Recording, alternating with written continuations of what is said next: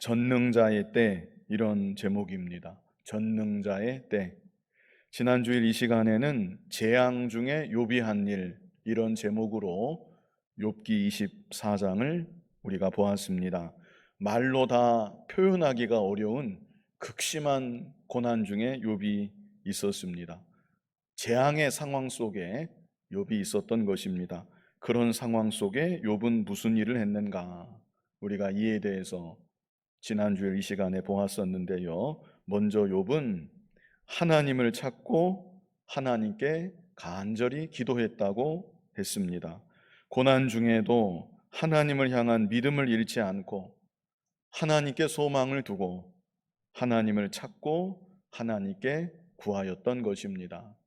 다음으로 욥은 고난 중에도 하나님의 주권적인 인도하심을 굳게 믿었다고 했습니다. 하나님이 나를 버리신 것이 아닌가? 하나님이 살아는 계신 것인가?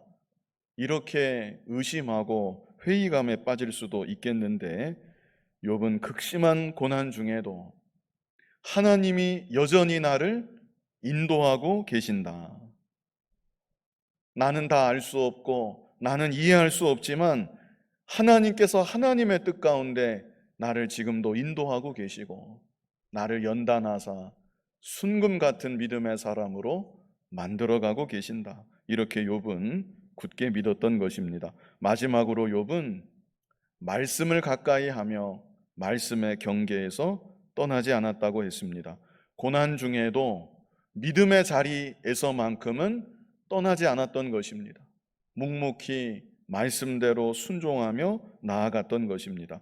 이제 이어지는 이 시간 본문 욥기 24장은 욥이 이 세상의 불의한 현실을 바라보면서 장차 임하게 될 하나님의 심판이 반드시 있다는 것, 이것을 24장에서 말씀하고 있습니다. 자, 본문 1절 우리 같이 한번 읽어보겠습니다.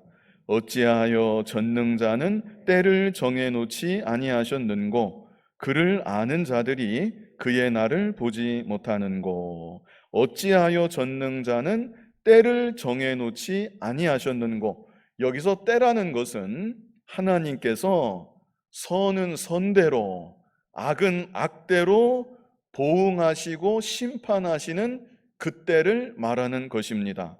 구약 성경 선지서를 보면 여호와의 날이라고 하는 표현이 자주 등장합니다. 여호와의 날.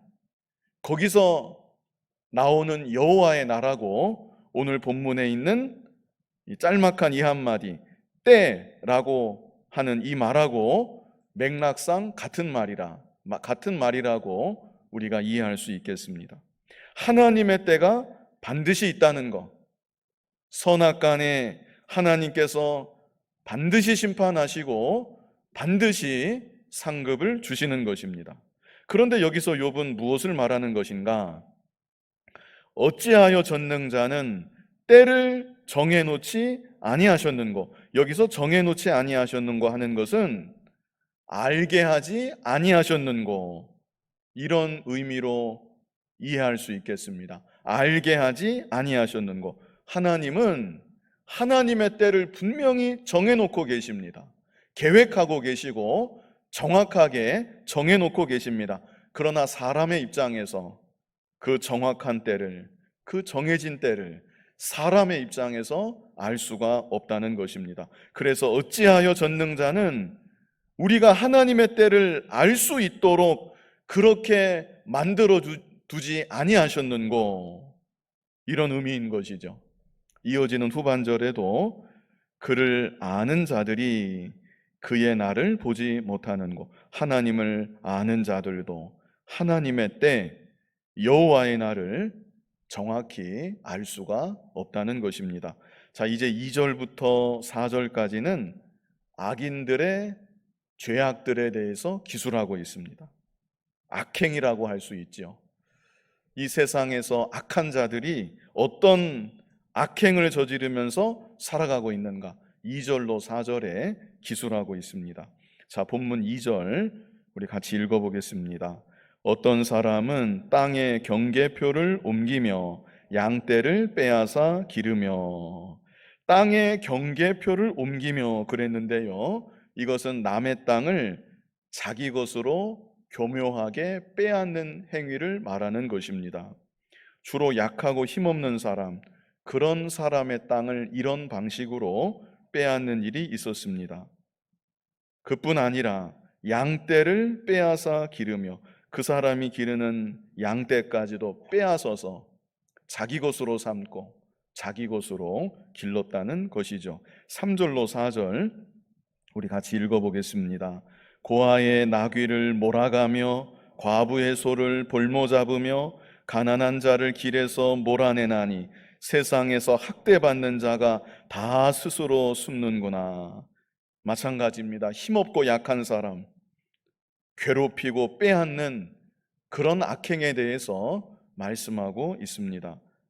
이 4절 후반절을 보면 세상에서 학대받는 자가 다 스스로 숨는구나. 만약 이 세상이 이상적인 세상이라면, 만약 이 세상이 정의로운 세상이라면 죄를 지은 사람들이 스스로 부끄러워할 것이고, 죄를 지은 사람들이 죄에 대한 형벌이 두려워서 숨더라도 그들이 먼저 숨게 될 것입니다.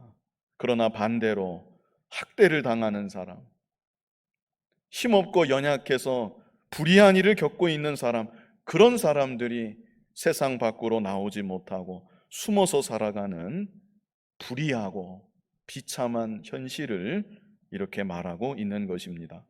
자, 다시 1절을 우리 보면요, 1절 제일 앞에 어찌하여 전능자는 때를 정해놓지 아니하셨는고, 한탄의 말입니다.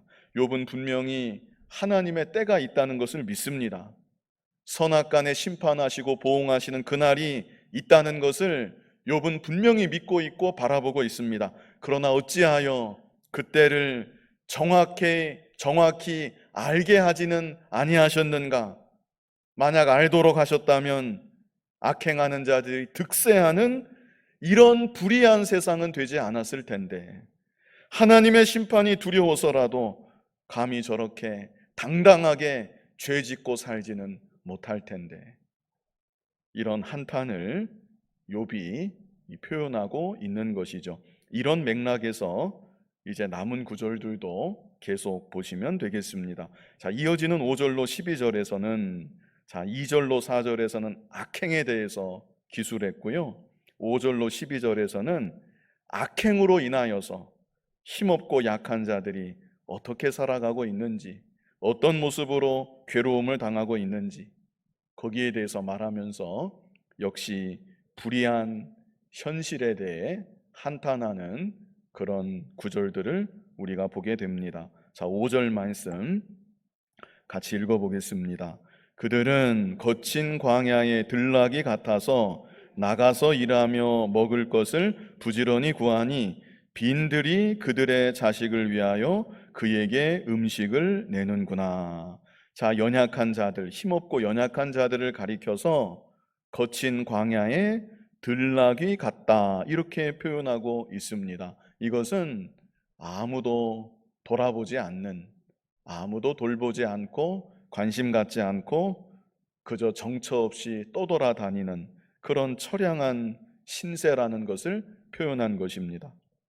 나가서 일하며 먹을 것을 부지런히 구하니 빈들이 그들의 자식을 위하여 그에게 음식을 내는구나. 빈들에서 먹을 양식을 얻은들 얼마나 얻을 수 있겠습니까? 풍족하게 빈들에서 먹을 양식을 얻을 수는 없을 것입니다. 그래서 이것은 참 어렵게 근근히 살아가는 이 연약한 자들의 모습을 나타낸 것입니다.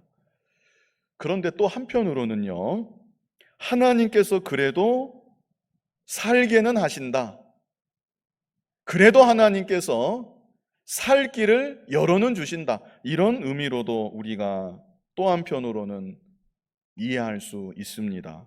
물론 힘들고 어렵습니다. 당하는 고난이 이루 말하기가 어려울 정도로 너무나 큽니다. 그러나 그럴지라도 하나님께서 버려두지는 아니하시고 빈들에서도 먹을 것을 얻도록, 빈들에서도 자식이 굶지 않도록 그래도 하나님께서 살아가게는 하여 주신다. 이런 의미로도 우리가 볼 수가 있는 것입니다. 그래서 우리들이 아무리 어려운 일을 만나도 하나님께서 일용할 양식은 주신다는 것, 천국 가는 그 순간까지 부지런히 구하는 한 먹을 양식 반드시 주시는 하나님이심을 우리가 또한 믿어야 되는 것입니다. 6절 말씀 같이 읽어보겠습니다. 밭에서 남의 꼴을 베며 악인이 남겨둔 포도를 따며. 밭에서 남의 꼴을 벤다. 이것은 남의 밭에서 대신 일해주는 것을 말합니다. 그렇게 하면서 아마 양식을 조금은 얻을 수 있을 것입니다. 후반절에는 악인이 남겨둔 포도를 따며, 율법에 의하면 수확을 할 때 어떻게 하게 되어 있습니까? 다 수확하는 것이 아니라 수확을 할 때 반드시 얼마 정도는 남겨두도록 그렇게 율법이 규정하고 있습니다. 그런데 악인이 남겨둔 포도, 이 악인이 얼마나 양심적으로 제대로 남겨놨겠으며 남겨두었더라도 얼마나 좋은 것을 남겨두었겠습니까? 그런데 그런 것을 따면서 역시 근근히 살아간다는 것을 표현하고 있는 것이죠. 7절로 8절 같이 읽어보겠습니다. 의복이 없어 벗은 몸으로 밤을 지내며 추워도 덮을 것이 없으며 산중에서 만난 소나기에 젖으며 가릴 것이 없어 바위를 안고 있느니라. 얼마나 참 가련하고 불쌍하고 참 비참한 모습인지 모릅니다. 오늘날은 이 정도로 이렇게 살아가는 사람들은 아마 혹시 모르겠습니다. 노숙하는 분들 가운데 이 정도로 어려운 분들이 혹시 있는지. 그런데 이 시절에는 힘없고 연약한 자들이 아무 죄 없이 이런 고난까지 당하면서 정말 힘겹게 살아가고 있는 그런 불의한 현실을 욥이 한탄하고 있는 것이죠. 자, 9절 말씀 같이 읽어보겠습니다. 어떤 사람은 고아를 어머니의 품에서 빼앗으며 가난한 자의 옷을 볼모 잡음으로. 얼마나 잔인한지 모릅니다. 어떤 사람은, 악인을 말하는 것이죠, 고아를 어머니의 품에서 빼앗으며. 이 무슨 말입니까? 고아라고 했는데 고아를 어머니의 품에서 빼앗으며. 여기서 고아는 아버지 없는 아이를 말하는 것이죠. 이 당시 아버지가 없으면, 이 당시는 그랬습니다. 보호자가 아예 없는 것과 진배가 없었습니다. 그래도 아이의 어머니가 자기 품에 아이를 품고 있는데 그런 아이를 종으로 팔든지 부리기 위해서 어머니 품에서 빼앗아 간다는 것입니다. 그리고 가난한 자의 옷을 볼모 잡는다. 입을 옷이 어디 있겠습니까? 여벌 옷이 어디 있겠습니까? 그런데 그 입고 있는 그 옷을 볼모로 빼앗아 간다. 얼마나 잔인하고 냉혹한지 모릅니다. 그래서 10절을 보면, 자, 10절 같이 읽어보겠습니다. 그들이 옷이 없어 벌거벗고 다니며 곡식이삭을 나르나 굶주리고. 참 너무나 안타까운 모습입니다. 벌거벗고 다닌다. 곡식이삭을 나르나 굶주린다. 곡식이삭을 나른 일을 하면서도 나달 하나 주워 먹지 못해서 굶주리고 있다. 이렇게 비참하게 모질게 불임만을 당한다는 것이죠. 11절 같이 읽어보겠습니다. 그 사람들의 담 사이에서 기름을 짜며 목말라 하면서 술틀을 밟느니라. 목말라 하면서 술틀을 밟고 기름을 짠다. 얼마나 혹독하게 불임을 당하고 핍박을 당하고 고난 가운데 살아가는지 이렇게 표현하고 있습니다. 자, 12절 같이 읽어보겠습니다. 성중에서 죽어가는 사람들이 신음하며 상한 자가 부르짖으나 하나님이 그들의 참상을 보지 아니하시느니라. 이게 더 안타까운 노릇입니다.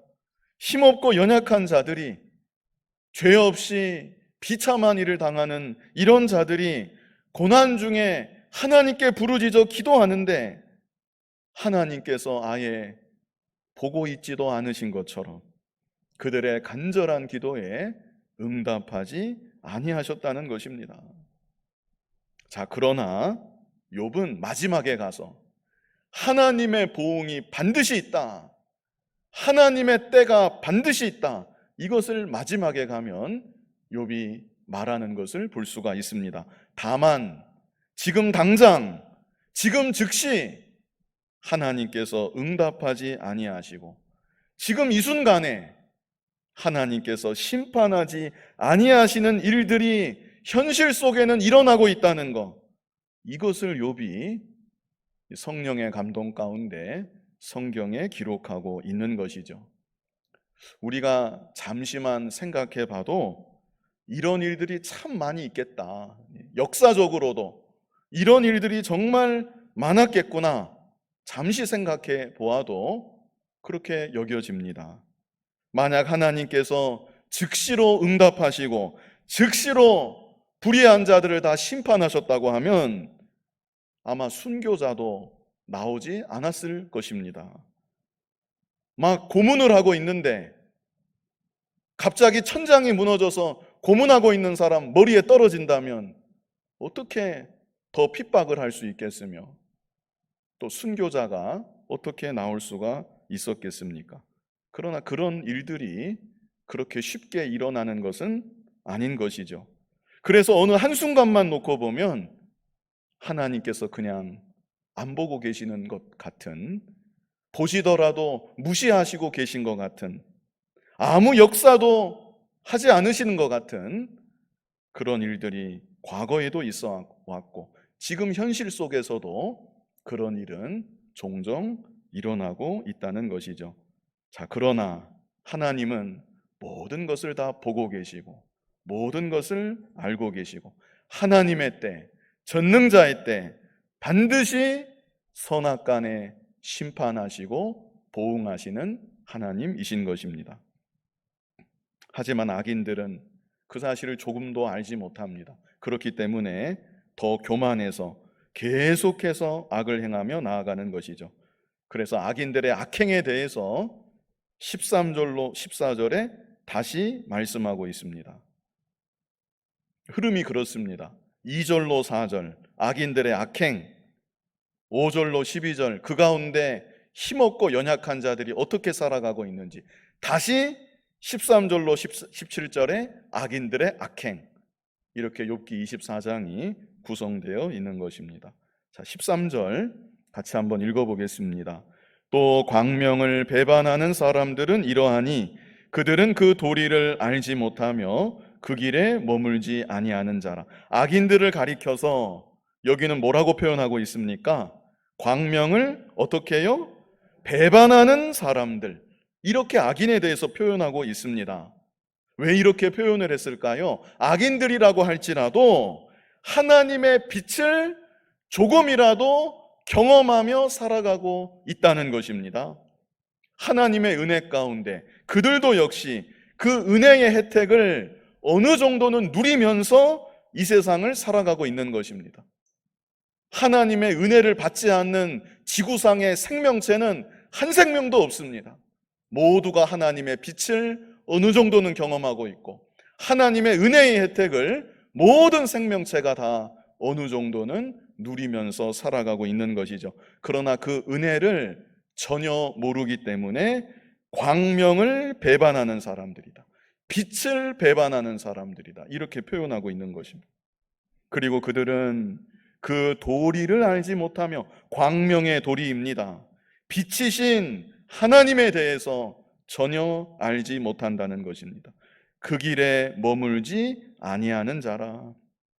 광명 가운데 잠시 노출되는 경우는 종종 있습니다. 그러나 그 가운데 계속 머물러 있지는 않는다.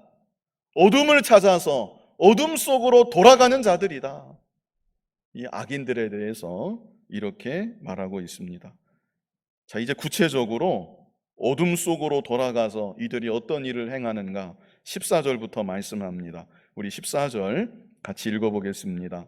사람을 죽이는 자는 밝을 때에 일어나서 학대받는 자나 가난한 자를 죽이고 밤에는 도둑같이 되며. 밝을 때 일어난다고 그랬죠? 밝을 때 일어나서 학대받는 자나 가난한 자를 죽인다.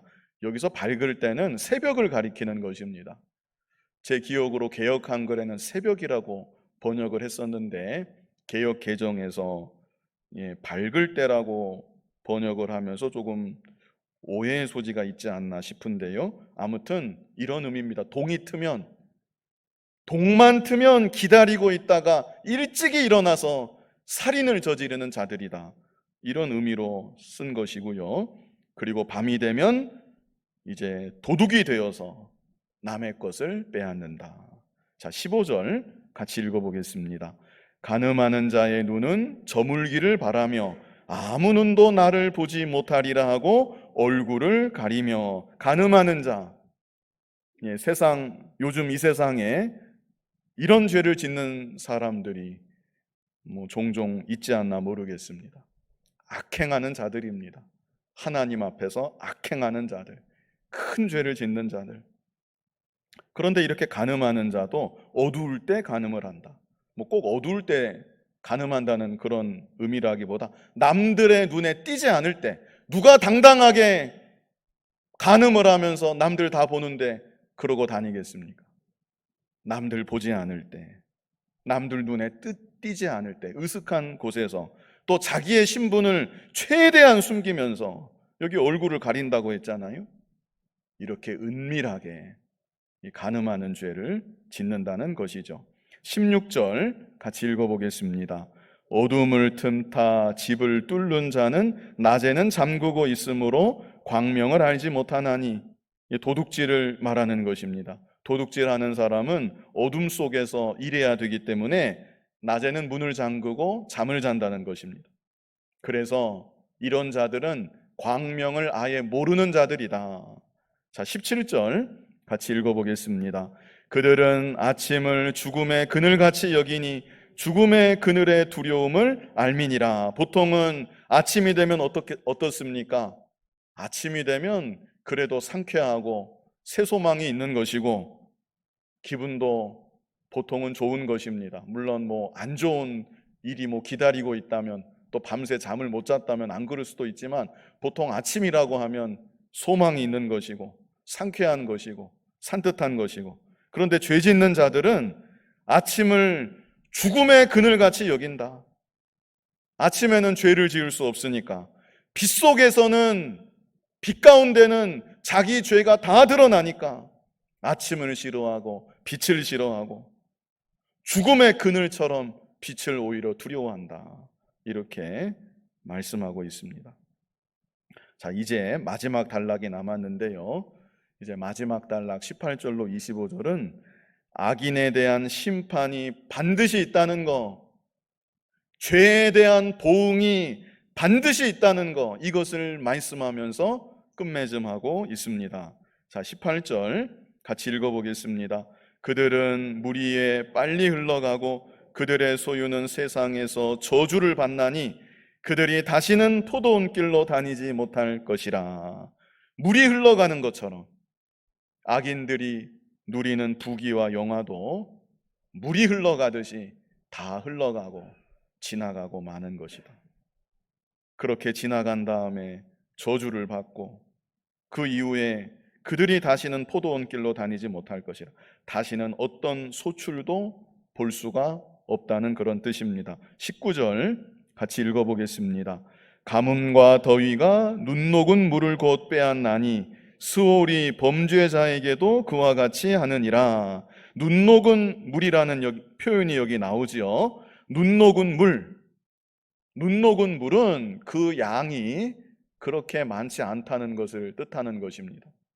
흐르는 강물에 비하면, 계속해서 흘러가는 강물에 비하면 눈 녹은 물은 그 보잘것없는 것입니다. 여기서 눈 녹은 물은 악인의 형통을 뜻하는 것입니다.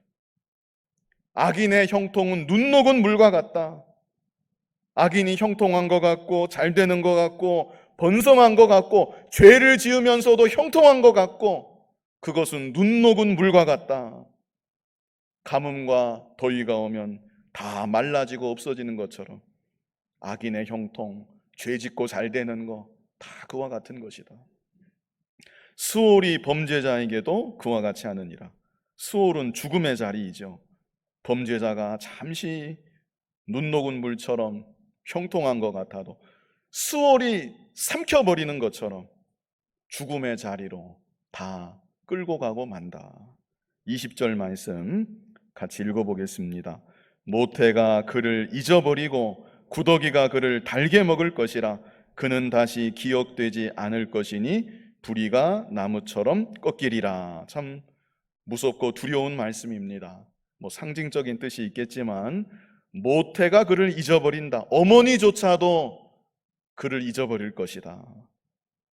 일생 속만 썩이다가 세상을 떠났는데 처음에는 슬프기도 하고 보고 싶기도 하겠지만 곧 잊어버리게 된다. 어머니조차도 악행하는 자를 잊어버리게 된다.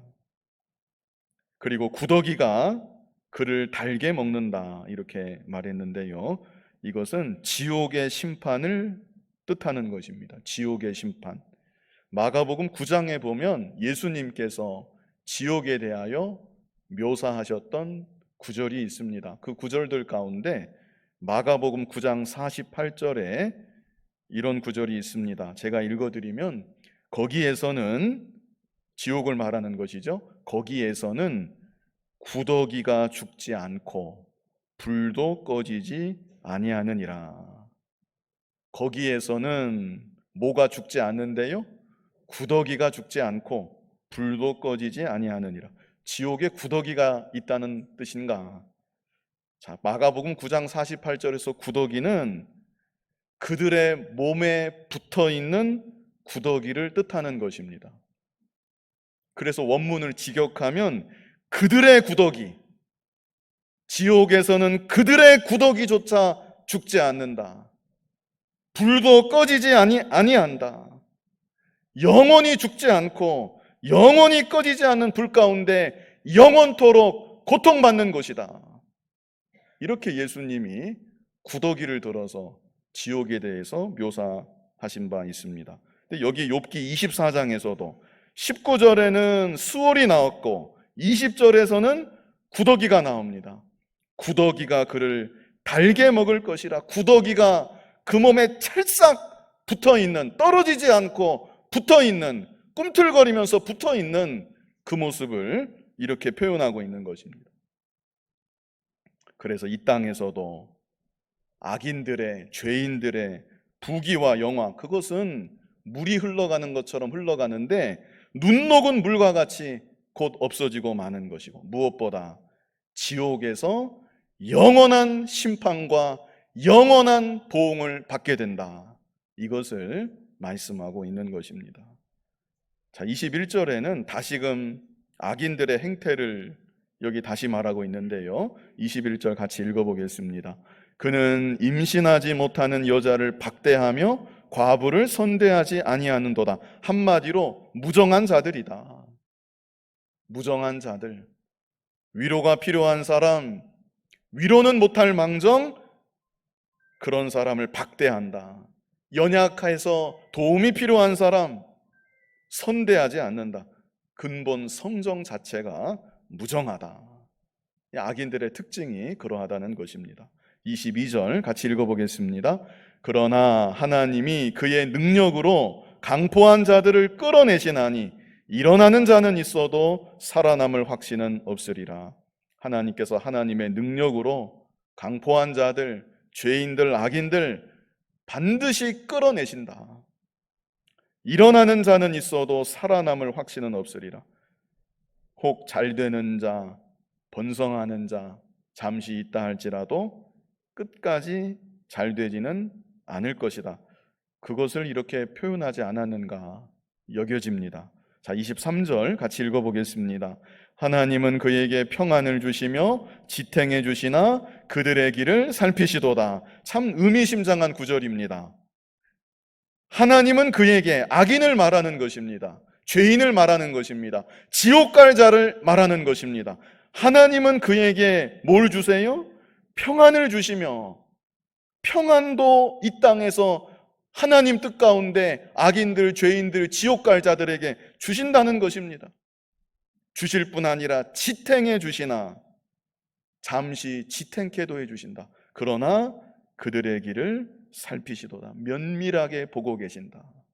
주목해서 그들의 악행을 다 보고 계신다. 그래서 24절 같이 한번 읽어보겠습니다. 그들은 잠깐 동안 높아졌다가 천대를 받을 것이며 잘려 모아진 곡식이삭처럼 되리라. 결국은 이렇게 망하게 된다는 것이고요. 25절 같이 읽겠습니다.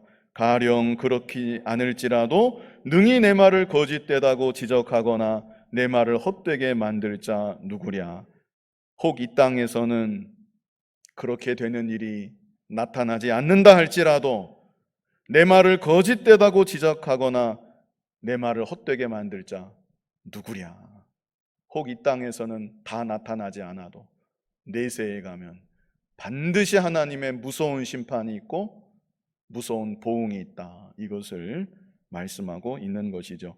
그래서 오늘 본문은 전능자의 때가 있다는 것, 하나님께서 심판하시고 보응하시는 날이 반드시 있다는 것, 이것을 욥기 24장이 말씀하고 있는 것입니다. 그러나 또 한 가지 우리가 또한 알아야 될 것은 이 땅을 살아가는 동안에는 하나님의 보응이 그때그때 매 순간순간 바로바로 다 나타나는 것은 아니라는 것. 그래서 믿음을 지키며 살아가는 자들이 때로는 낙심할 수도 있습니다. 그래서는 안 되는데 때로는 낙심할 수도 있고, 반대로 악행을 행하는 자들은 더 담대하게 아무 두려움 없이 악행을 더 서슴없이 저지르기도 합니다. 그러나 하나님의 심판이 다시 돌아가서 하나님의 심판이 반드시 있다는 것, 하나님의 상급도 반드시 있다는 것, 우리는 이 사실을 확신하고 하루하루 하나님 앞에서 믿음을 지키고 끝까지 선을 행하면서 하나님 앞에서 믿음으로 묵묵히 살아가는 저와 여러분 될 수 있기를 간절히 바랍니다.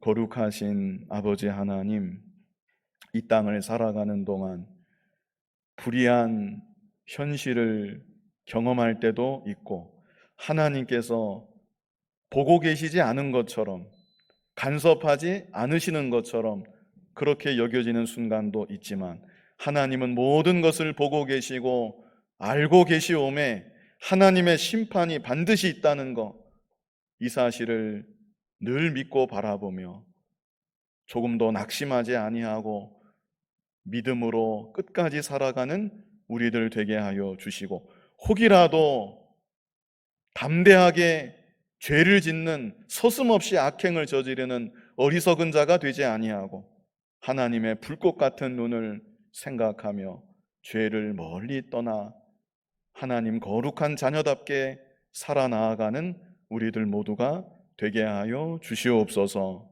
예수님 이름으로 기도하옵나이다. 아멘.